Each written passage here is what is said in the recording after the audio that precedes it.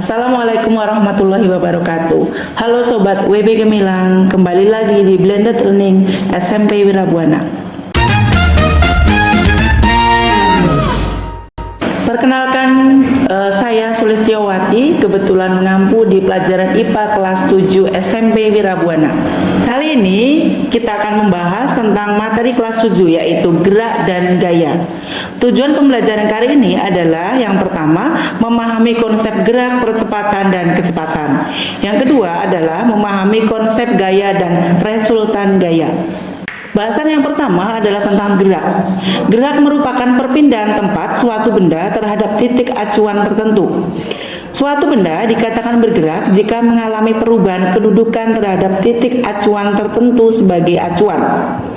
Gerak benda bersifat relatif, artinya benda mungkin bergerak terhadap benda tertentu tetapi diam terhadap benda lain. Contoh, pada saat kita naik kereta api, tubuh kita diam terhadap kereta, tetapi kereta bergerak terhadap rel kereta api, tapi rel diam terhadap tanah. Berikutnya, komponen pada gerak. Komponen pada gerak yang pertama adalah jarak, merupakan panjang seluruh lintasan yang ditempuh saat benda bergerak. Kemudian yang kedua adalah perpindahan. Jarak dan arah dari kedudukan awal benda sebelum bergerak ke kedudukan akhir benda setelah bergerak, atau selisih antara kedudukan akhir dengan kedudukan awal benda. Kecepatan adalah perpindahan selama selang waktu tertentu dan termasuk besaran vektor. Artinya apa? Besaran vektor adalah besaran yang bergantung pada nilai dan juga arah. Jadi punya dua komponen, yaitu punya nilai dan punya arah.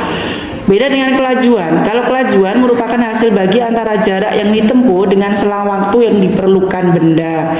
Kelajuan termasuk besaran skalar karena tidak bergantung pada arahnya, jadi artinya hanya mempunyai nilai. Sedangkan kelajuan, alat pengukurnya adalah speedometer. Apabila kecepatan kelajuan dinyatakan dengan V, perpindahan jarak dinyatakan dengan S, dan waktu tempuh dinyatakan dengan T, secara matematis dapat dirumuskan sebagai berikut. Persamaan kecepatan atau kelajuan, di mana kecepatan dilambangkan dengan V, perpindahan atau jarak dengan S, dan waktu tempuh dengan T. Rumusnya adalah V sama dengan S per T. Kemudian perlu diingat, kecepatan atau kelajuan itu satuannya adalah meter per sekon. Perpindahan atau jarak itu satuannya meter, dan waktu tempuh satuannya sekon. Berikutnya kita bahas tentang percepatan.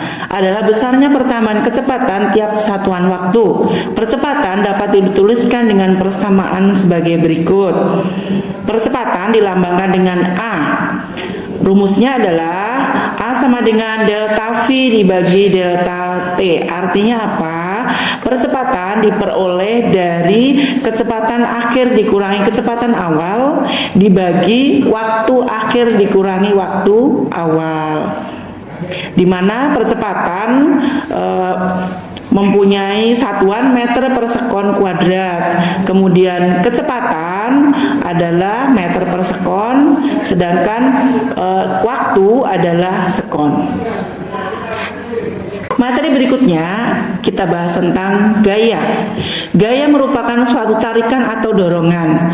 Selain bergerak, gaya juga dapat menyebabkan benda mengalami perubahan bentuk, kecepatan, dan juga arah.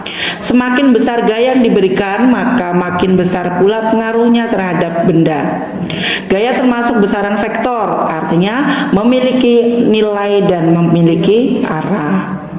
Kemudian resultan gaya.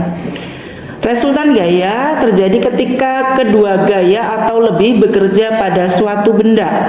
Maka gaya tersebut menghasilkan sebuah gaya baru yang disebut sebagai resultan gaya atau paduan gaya.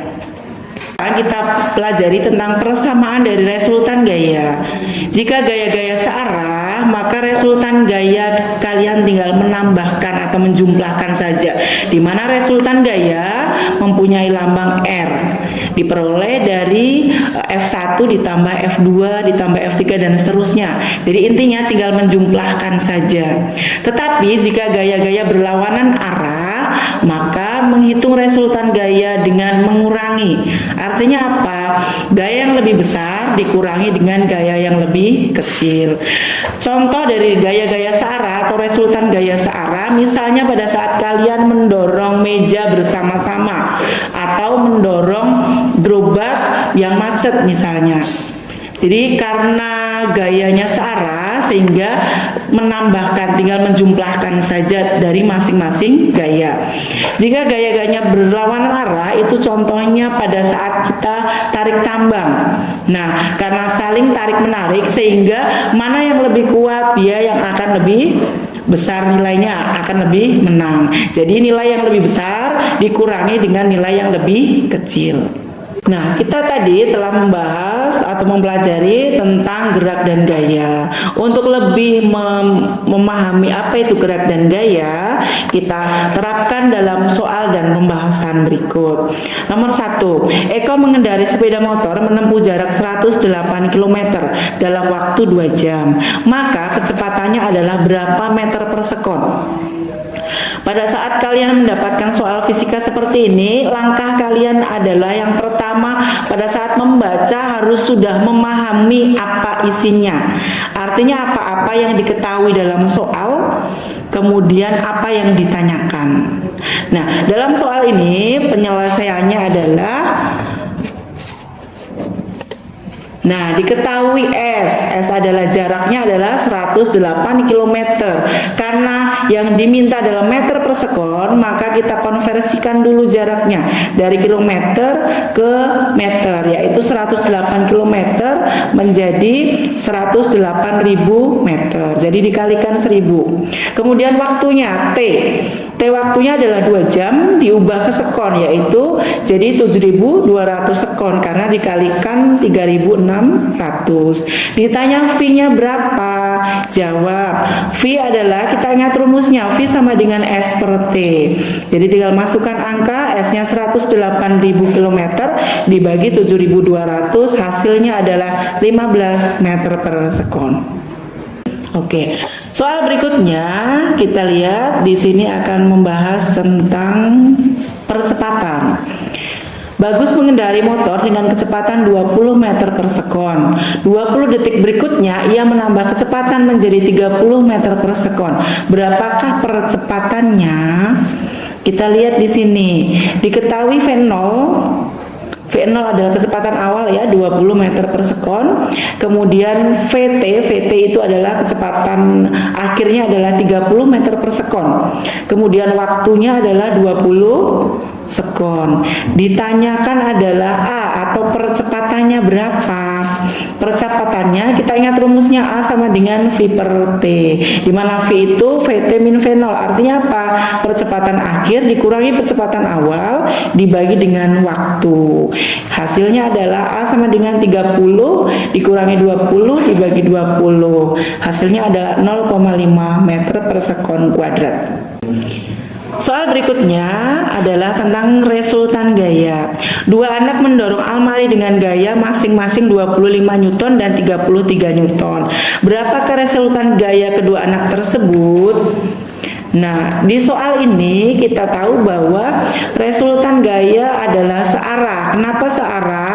Karena dua anak tersebut mendorong almari. Jadi arah gayanya adalah searah. Nah, untuk resultan gaya searah kita lihat ya, diketahui F1 25 Newton, F2 33 Newton. Ditanyakan R resultan gaya berapa Newton. Nah, karena resultan gaya searah jadi tinggal menjumlahkan saja. Jadi R sama dengan F1 ditambah F2, hasilnya 25 ditambah 33 adalah 58 Newton. Demikian materi yang saya sampaikan, semoga bermanfaat untuk kalian semua. Jangan lupa selalu belajar, semangat belajar. Terima kasih. Ibu akhiri, wabillahi taufiq wal hidayah. Wassalamualaikum warahmatullahi wabarakatuh.